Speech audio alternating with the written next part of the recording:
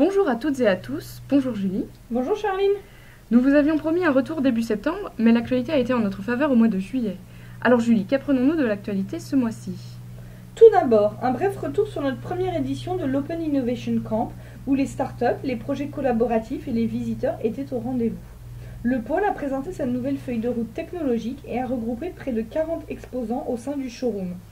5 innovations ont retenu l'attention de la rédaction d'Industrie et Technologie.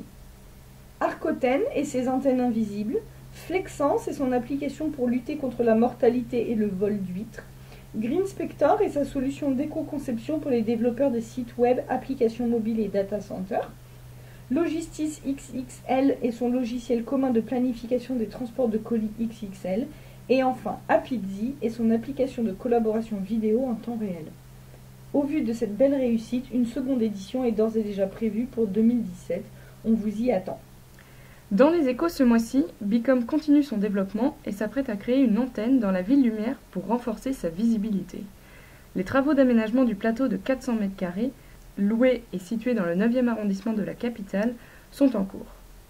Troisième rencontre sino-dinanaise en moins d'un an. Les relations entre la Chine et la cité médiévale s'intensifient. Cette fois-ci, c'est une représentante du ministère de l'économie, Madame Manuan Gao, qui s'est rendue dans les locaux du pôle Cristal, centre d'excellence en matière de froid et climatisation.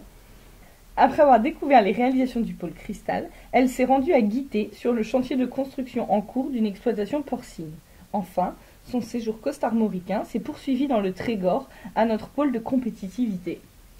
Le projet de recherche appliqué MOBIDEM, Mobile Identity for the Masses, labellisé par notre pôle et systématique, est porté par l'acteur rennais Ariane Next. L'objectif de ce projet, comme le rapporte Global Security Mag, est de doter chaque individu de son identité électronique et d'une signature électronique conforme à la nouvelle réglementation européenne eIDAS. Il permettra aux citoyens de prouver à distance leur identité à partir de terminaux mobiles, et également de procéder à une signature d'un document électronique reconnu légalement dans tous les pays européens au même titre qu'une signature manuscrite. Cela apportera un gain de temps considérable à la fois dans la durée de traitement numérique des transactions, mais aussi à la totalité du cycle de vie d'une transaction. Afin d'accélérer les collaborations entre l'industrie et le numérique, les deux écosystèmes de Nantes et Saint-Nazaire ont joint leurs forces et créé Plugin.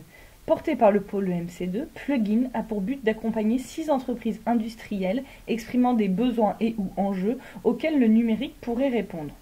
Pour les industriels, participer à Plugin est l'occasion de gagner en performance en s'appuyant sur des technologies du numérique pour amener de l'agilité et de l'innovation dans leurs usines.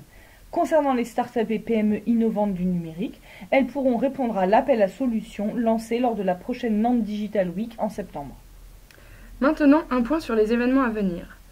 Dans le cadre justement de la Nantes Digital Week, nous organisons avec Enedis et Think Smart Grids un petit déjeuner débat à Nantes le 19 septembre autour de l'utilisation des données.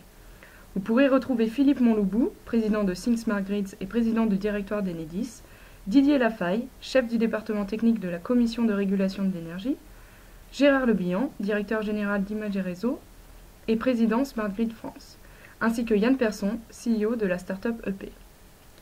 Une nouvelle journée hôpital numérique aura lieu le 27 septembre dans les locaux de Technicolor à Rennes, avec pour thème la place du numérique au sein de la relation patient et professionnel de la santé. Ensuite aura lieu la 18e Technoférence, le 6 octobre, sur les nouvelles expériences son et vidéo. Voilà, c'est tout pour ce mois-ci. Bonnes vacances à tous et bel été!